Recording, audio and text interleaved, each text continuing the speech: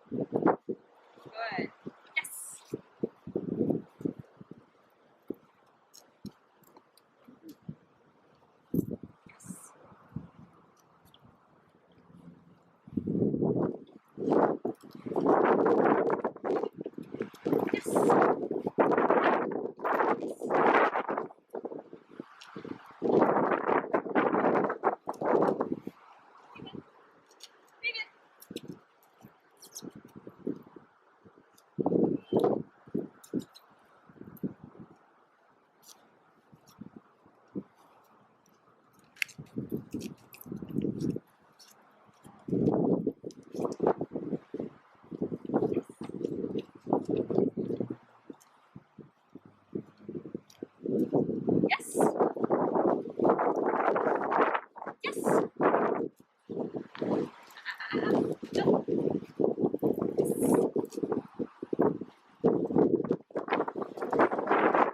Yes. So what you just saw is a foundation. That's kind of the beginning stages of teaching the dog to follow the leash pressure and to give into the leash pressure. All of that is a foundation for later. Once the dog understands what we're asking and the dog gets a little more mature, I will start to apply more consequence to the pulling behavior. And even right now, so she's about 4.5 months. As she starts coming up closer to 5 and 6 and 7 months old, I can start getting sharper with my paws. And even later on, because she is a working dog and I have a lot of, there's a high level of training and she's got a high level of drive, you know, she can very quickly say, I don't really feel like I want your treats. There's a squirrel down there and I am gonna drag you towards the squirrel.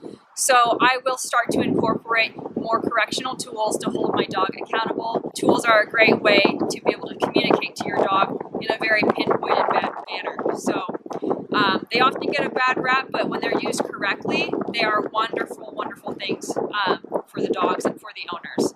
So this is how I start it, and then I will progress it slowly. Something else I wanted to mention is I don't always have her walking loosely at this age. She is a puppy, and when I don't have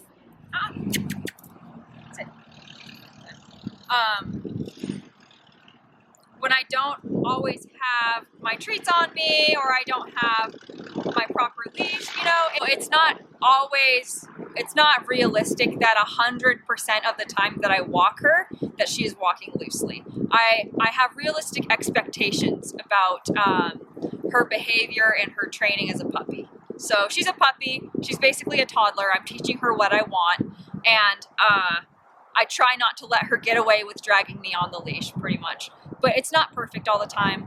Again, this is just a foundation, and later on throughout the dog's life, then you can start asking more of them and getting them a lot more reliable. So for now, I just have these sessions with her where I help her understand what I want. Hope you guys enjoyed this video. If this was helpful, like and subscribe, and we're